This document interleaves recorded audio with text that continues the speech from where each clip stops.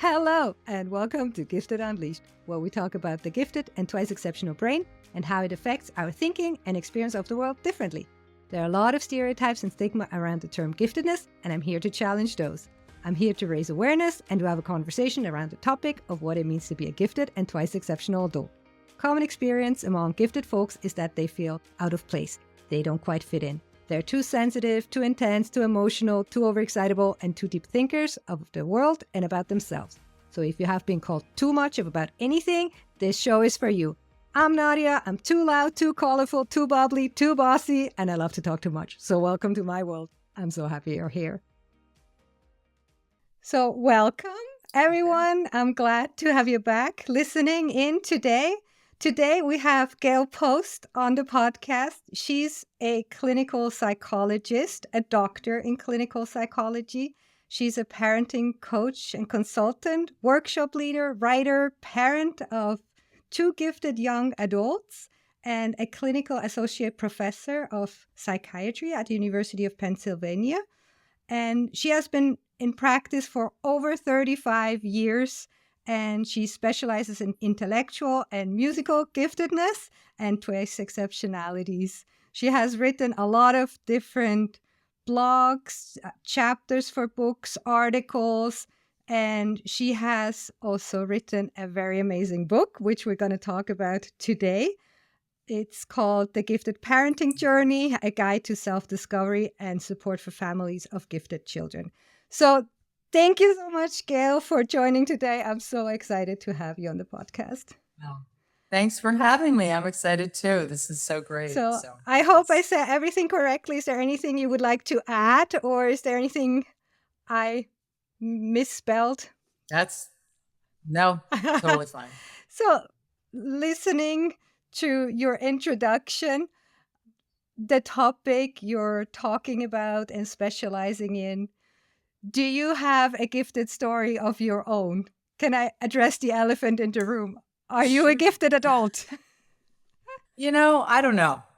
Maybe, probably. I grew up in an era where they didn't really test for giftedness, or at least I wasn't tested. But,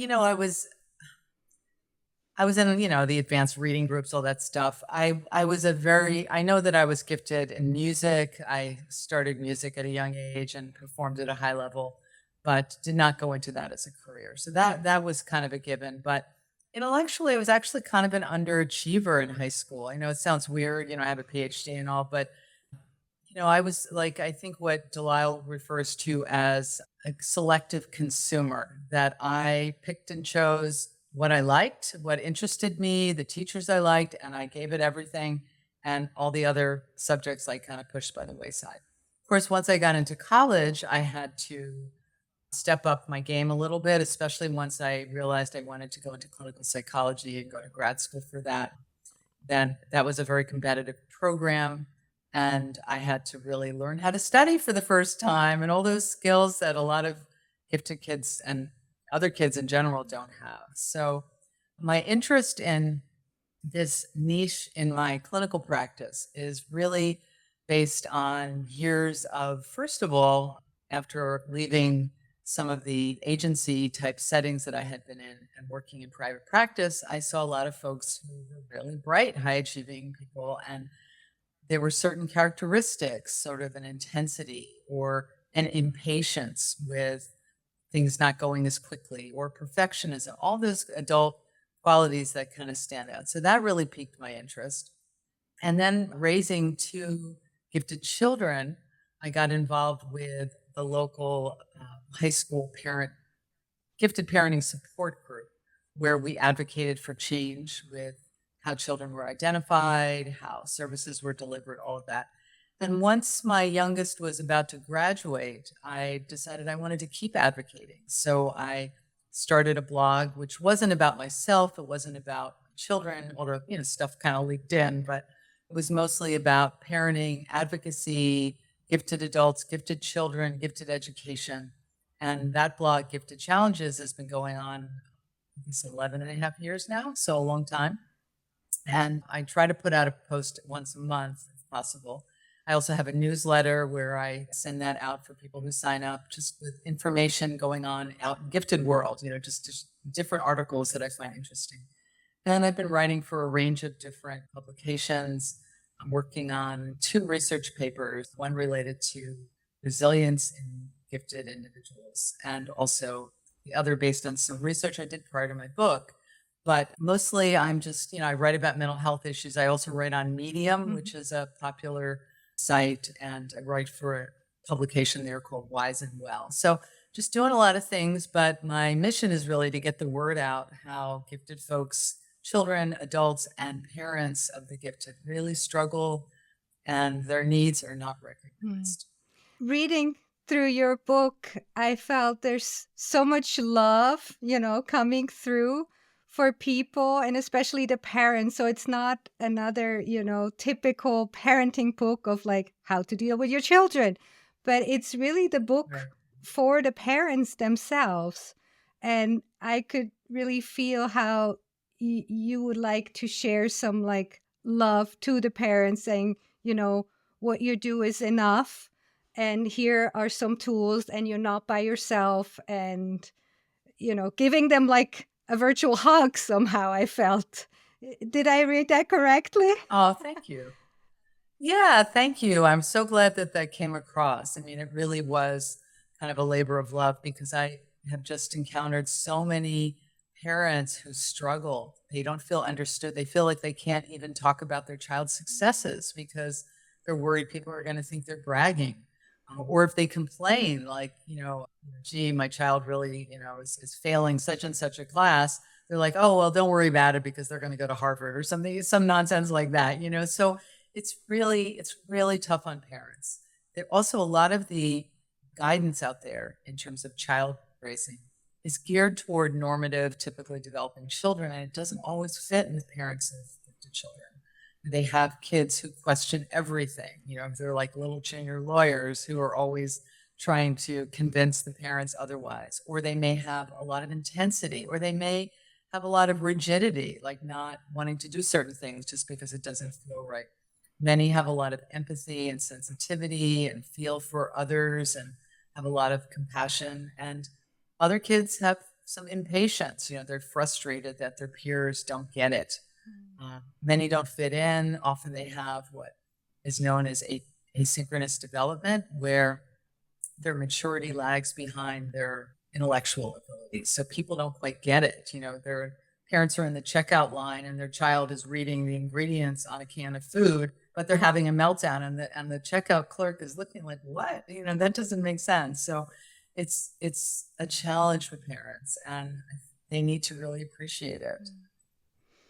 So you mentioned already a few difficulties that gifted parents face, right? If they have the luxury to really understand or getting the child tested, I think that's also not always a given, depending the socioeconomic background, the school area. I believe in the US, for example. In other countries, that's not done either. So you do mention, though, that parents usually have a good understanding, that they have the gut feeling, but sometimes they really don't dare say out loud, oh, my child is actually gifted. Right. What would you say to those parents that are listening, that they say, well, I'm not sure?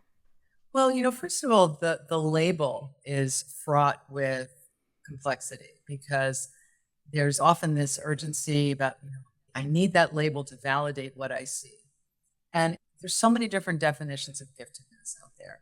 Typically, an IQ of 130 or above is kind of the standard definition, but there are many other forms of giftedness: creativity, mechanical skills, artistic and creative skills. I mean, there's so many other aspects of it, but parents are often looking for that validation. And children perform, even if they get IQ testing, they perform differently on a given day. If they're tired or cranky or hungry, they're not going to do as well. If they don't like the person offering the testing, they're not going to do as well. And things change as they get older. Some parents want to get their children tested as young as 3, and they're just usually not ready for that. It's, they might get a sort of a rough idea at that age, but it's there's a lot of development that still needs to happen. Often the sweet spot for testing is between about ages 6 and 8, but you could, get tested at any point.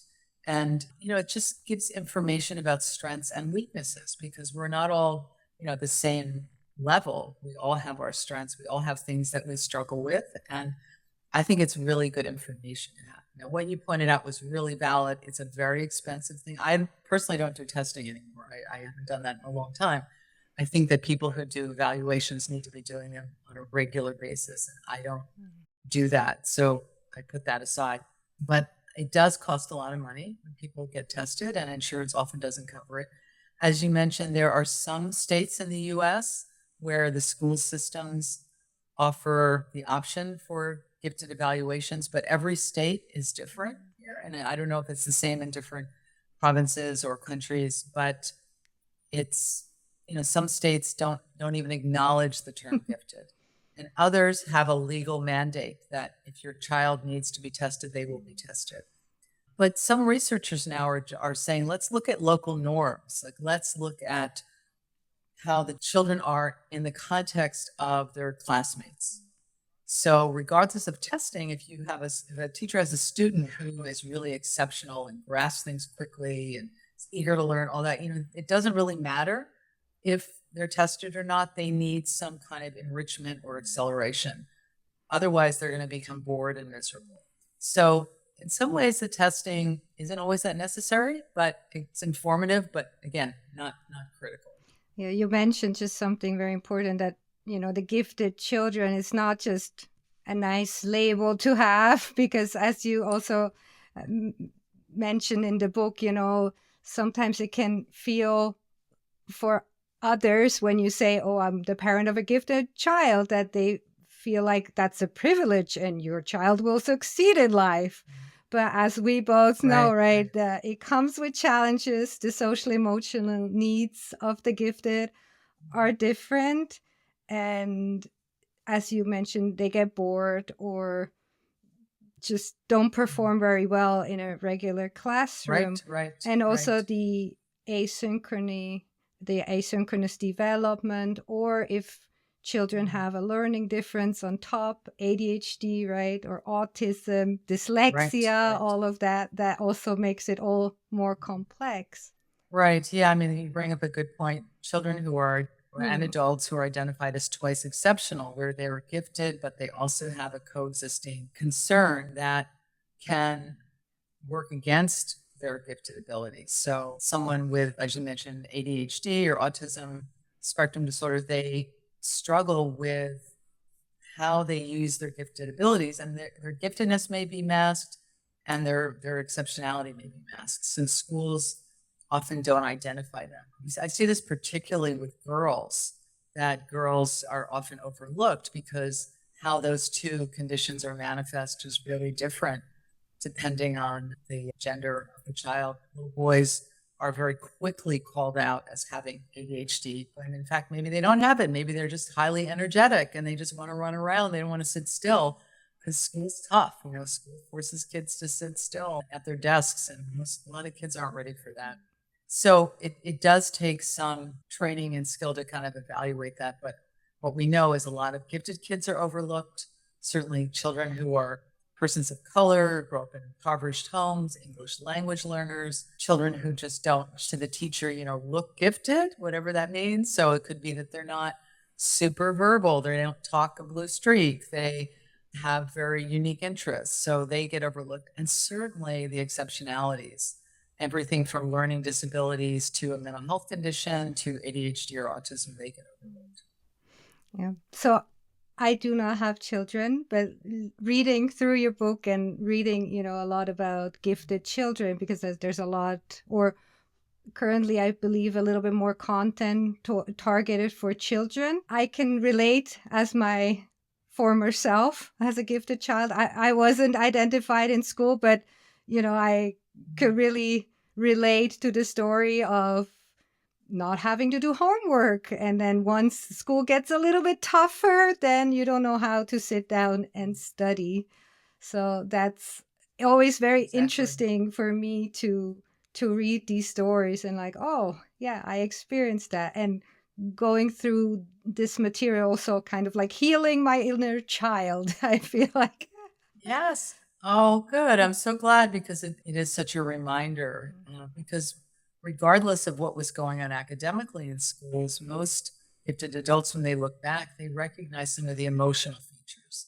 Not always quite fitting in, feeling socially awkward, feeling like they react stronger than their peers to different things, struggling with their sense of self, existential issues at an early age, finding their sense of identity, losing faith in some of the values that may have been tossed their way when they were younger. Some, stop going to, religious services that their family goes to, or they may question, why is there war? Why is there poverty? Like they're just really struggling on a deep level. And I think looking back, a lot of gifted adults see that in their childhood. As I was writing this book, before I wrote it, I put together an online survey and sent it out through some of the gifted parenting groups and other websites. And a lot of responses, got 428 responses, which was amazing. And people answered some basic questions, and they also shared some of their experiences in a very heartfelt way. But it was interesting, as you talk about not always knowing if you're gifted, that 25% of the parents recognized that they were gifted, even though they weren't identified. Once they had a gifted child and they could see like, oh, that's not normal behavior, right? Like I may have been told that I talked before I was 1, or I may have been told by my parents that, was reading before I was 3. And so I assumed that was normal when my child started to do that. And then I see the other kids don't. So, we only have our own personal experience to draw on, and or what our parents shared about our experience growing up. And that just seems normative. And then a lot of times, the apple doesn't fall far from the tree. So gifted kids, often if they're biological children of their parents are also probably gifted, or there's a lot of other relatives or siblings who are gifted. So they kind of grow up in this conglomerate of giftedness, and they just think that's the way the world works, but it's not. It's really not. And, even for myself as a psychologist, I should have known better, but I didn't. Raising my own kids, it's a whole different ballgame. And I didn't always recognize certain things. I just thought, yeah, that's kind of normal. That's the way it should be, because I also wasn't a developmental pediatric psychologist either. So I wasn't as familiar with the younger ages. But then as I saw what some of the other kids were like volunteering in the schools when they were in elementary school, I would see what the rest of the class was like. And I was like, oh, yeah, they are different, for better or worse. So now we got to do something about it and help them get through this without it messing them up. Oh, I love that story. And thank you for sharing this. And I just want to point out, because in your book, you mentioned that, when parents of gifted children get confronted with their own possible giftedness, that it's usually the women that might reject it the most. Right. I know. That was what some of the research that I read had pointed out, that they're often like, no, it's probably the dad, or it's probably some uncle or something, but it couldn't be me, whereas the men were almost like, they're more ready to jump on the bandwagon and be like, yeah, I was probably gifted. But yeah, typical. Now, hopefully that's changed, because some of that research was from 20 years ago. Hopefully women are more capable of recognizing their own strengths. And I'm just going to refer to the first question I asked you, if you're a gifted adult. Okay. And so probably very likely. Yeah. But yeah, I think for me, using this term, this label for myself, it feels weird saying I am a gifted adult. It's not, it's not something, one says, and I use it for advocacy. And I know that's also a very big topic for you, right? Learning how to advocate for your gifted children so they get the support that they need. So, and basically me taking on this icky label, still feeling like, okay, like Paula Prober said, like barely gifted. But I know. I love how she said that. That was perfect. So basically, but just saying it so that other people may feel like more comfortable embracing it as they go into adulthood, because gifted children grow up to be gifted adults and the problems don't go away, don't they? Right. And in my clinical practice, I work mostly, I don't work with young children, I work with teens and adults. And a lot of the gifted adults I see, it's the same stuff. Mm. Maybe they feel a little more empowered, but it's the same stuff of finding their peers or finding a creative outlet or finding a job that meets their needs. It's really challenging. Lots of frustration that goes on. So, and we bring who we are along the way and recognizing those gifted quirks and needs, quirk not in a negative way, but, just differences and needs is so important to find the right fit and to be okay with that. Mm. Yeah. And what I really loved about, the book is that you focus really on the parents and say, good parenting starts with self-discovery journey. So it's not so much about here are the tools to help, raise gifted children, but it's really this let's go through this journey of self-discovery, even if this sounds a little bit counterintuitive because you might have, kind of an emergency situation with your children here. Do you want to explain a little bit why that is so important and what are some of the steps that you recommend in this self-discovery journey? Sure. Some of that I think comes from my psychology background, just that I feel that we learn if we can look inside. That doesn't mean like, hours and hours and hours of going over our childhood necessarily, but it's more about looking at what we need, what we're truly feeling, kind of having that inner compass, understanding ourselves more, and then looking at how we were raised, what our family of origin taught us. There's certain automatic, reflexive behaviors and beliefs that it's like, oh, that's just how things are done. It's just how we do things. And it may not be how you want to parent or how you want to just live as a gifted adult, just because that's how your parents raised you. So to really pick apart, what influences me. So whether it's gifted parenting or just gifted adulting, what influences me? Is it my family of origin? Is it my friends? Is it my community? Is it what I read about online? Is it what my boss tells me to do? Like, what are the influences and which ones seem to fit and which ones don't?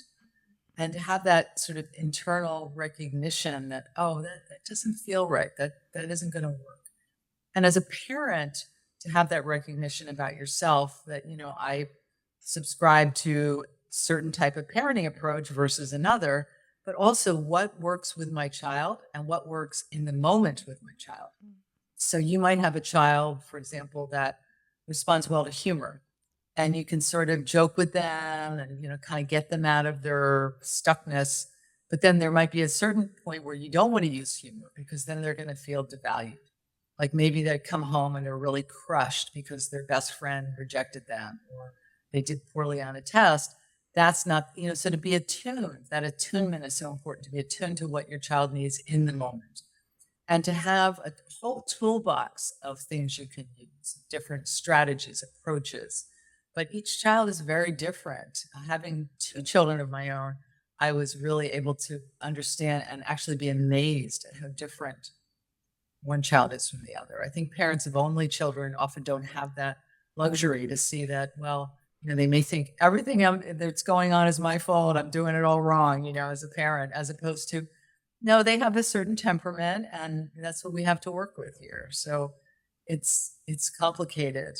But again, it's about looking deeply and doing that through a variety of different modalities. So it could involve chatting with close friends who you really trust or a partner you really trust. It could involve reading, getting educated, learning lots of different approaches.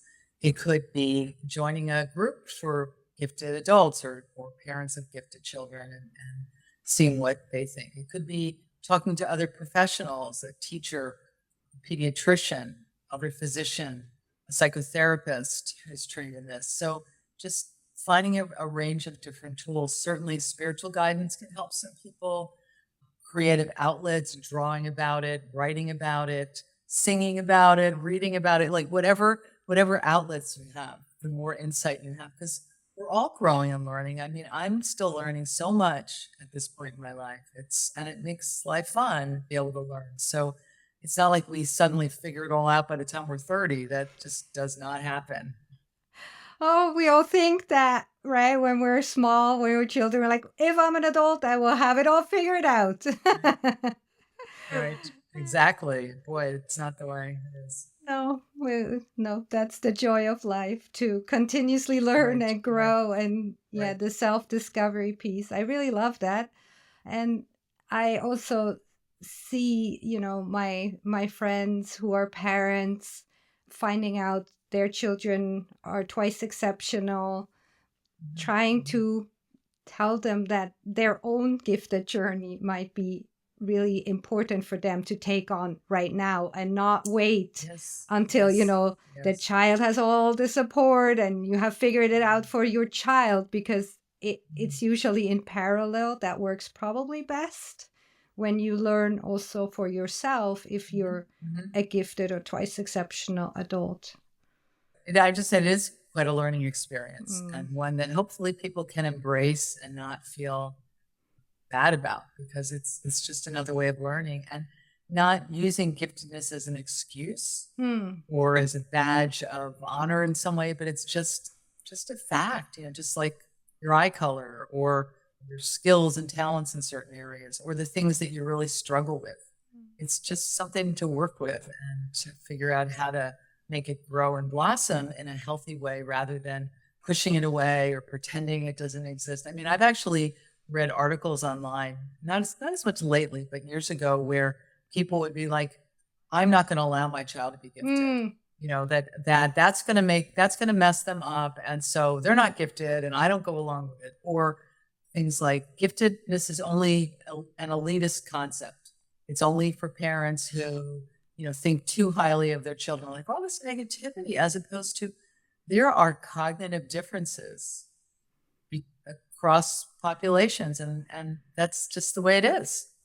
And just to work with it, just like if a child required special education where they had cognitive deficits that made it harder for them to learn, you wouldn't say that doesn't exist and we're not going to help them. I mean, it's really the same thing. Yeah.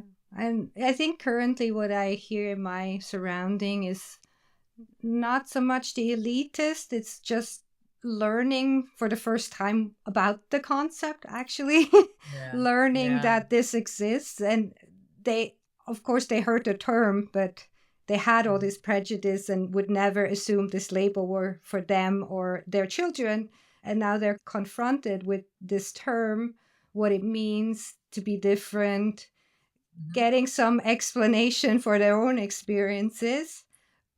But it's usually a little bit of an emotional roller coaster in the beginning. Yes, exactly. Yeah. It's really hard to take on the label yourself and also to deal with your child and to know what to say to your child.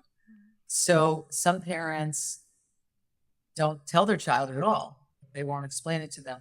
Others, might go overboard, like celebrate, like, yeah, you're gifted, but it's, you don't say, yay, I don't know what, you're a certain height. I remember my youngest child, I was like, what do you want for your 16th birthday? And he's like, I want to be 6'2". I'm like, it doesn't work that way, like, but I mean, because, you can't ignore just the reality of how people are physically, emotionally, cognitively.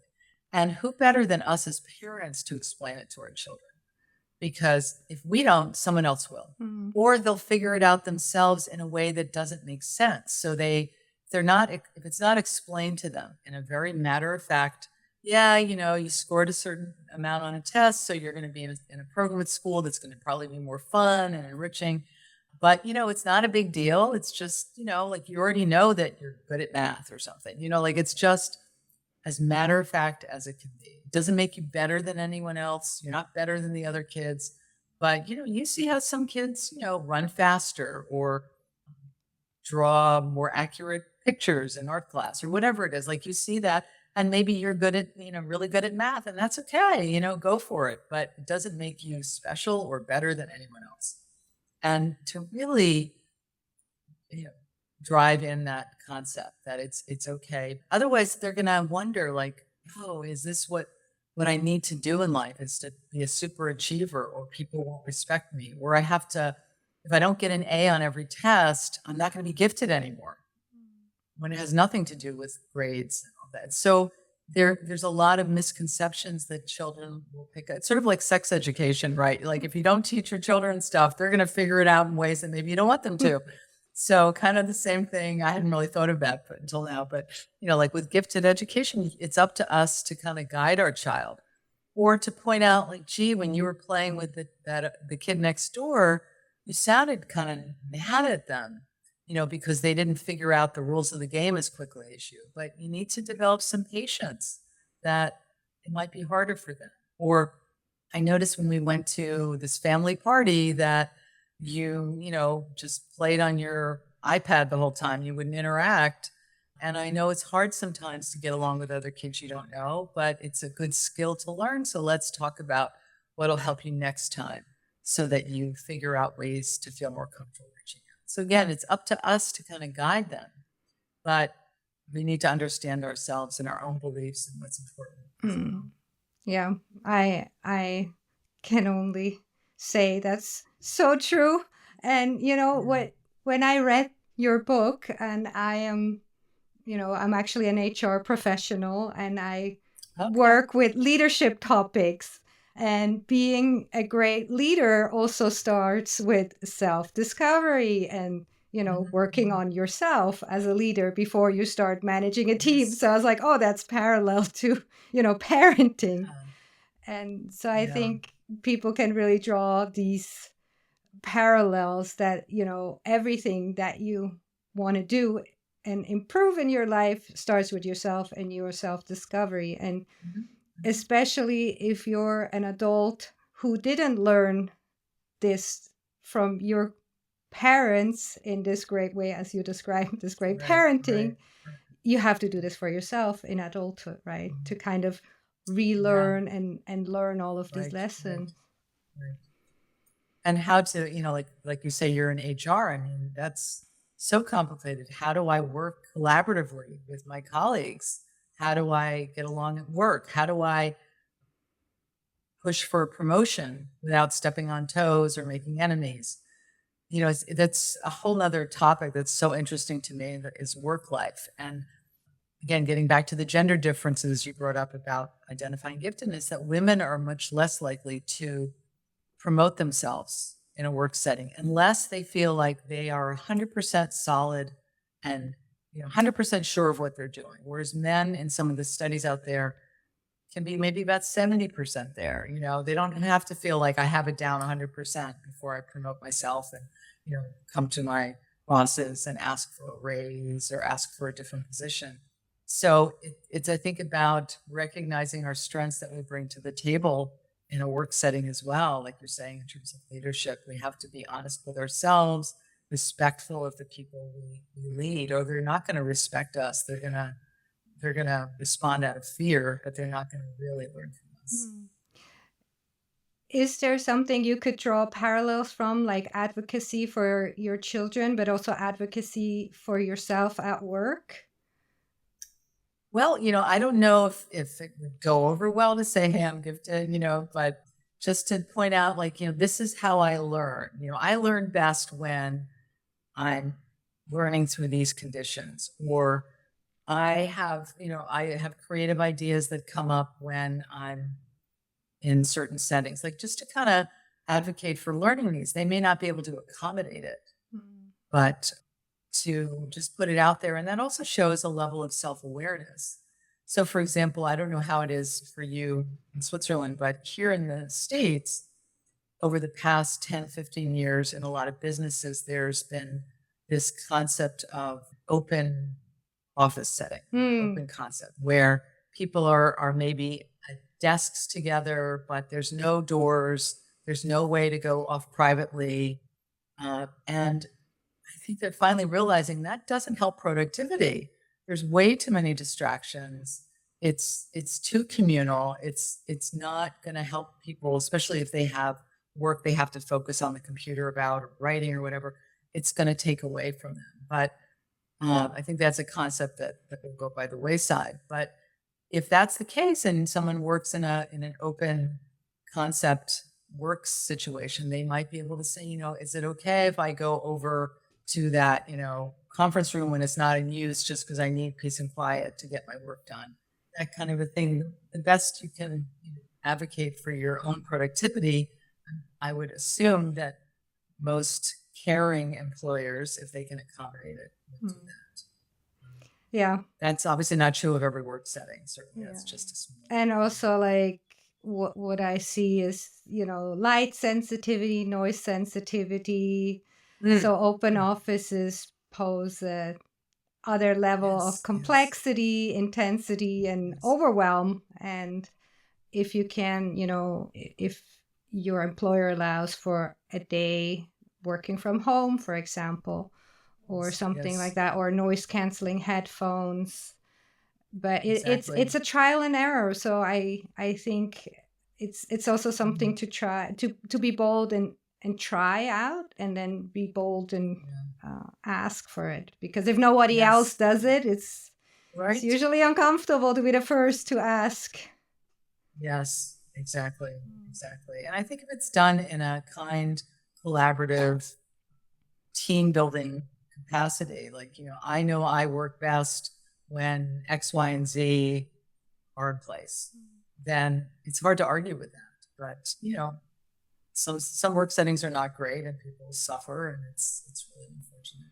But even if, a gifted adult is in a work setting that is difficult for them because of the pressures they experience, to at least do things to support themselves outside of work or at work, to find peers, to find friends, find people to have lunch with, something to kind of take the edge off can always be helpful. What I also encountered is I'm also working as a coach, as a gifted and neurodivergent coach. There's two types of clients, the clients that come and would like to learn more about their giftedness and how they can, live a authentic life, true to themselves. And then there's clients who, now that I know, I will easily identify them and tell them that this is not the way I work. But there's clients that come, they know they're neurodivergent, but they want to coach just to mask more. They want to present more, quote unquote, neurotypical. They want to fit in more. How can I fit in more at work? How can I fit in, just more in the world and present as a neurotypical person or a non-neurodivergent person? And I think that's, in my opinion, quite sad and not living true to themselves. So yeah, it's really a tough dilemma, because so many have suffered already throughout their childhood, feeling different, feeling misunderstood. And then they have this dilemma as adults, like, when can I truly be myself? Or when do I have to try to figure out how to conform with, say, the work culture, the social milieu, whatever. I mean, it's really a tough dilemma. And I think that affects, everybody, but it's certainly harder for folks who are neurodivergent to figure out, okay, who can I be? How can I be authentic and genuine wherever I am? Even if it might make some people uncomfortable, or is there a way I can educate them a little bit if they don't understand? Yeah, finding safe spaces to start unmasking a little bit. And of course, we cannot, as you mentioned, we cannot walk unmask all the time, usually in our world, unfortunately. But also knowing when is it safe to be myself and when is it appropriate to hold a little bit back. And finding this balance. And the concept of masking, it certainly happens a lot with neurodivergent folks, but also just straight out gifted folks without twice exceptionality often had to mask who they were, what their interests were. Once they hit middle school, once they hit 12 or 13 years old, they had a choice. Do I fit in and tone down my interests, my personality, my energy, my enthusiasm, or do I just, find at least hopefully a small group of peers who will accept me as who I am, even if I'm not going to be the popular kid?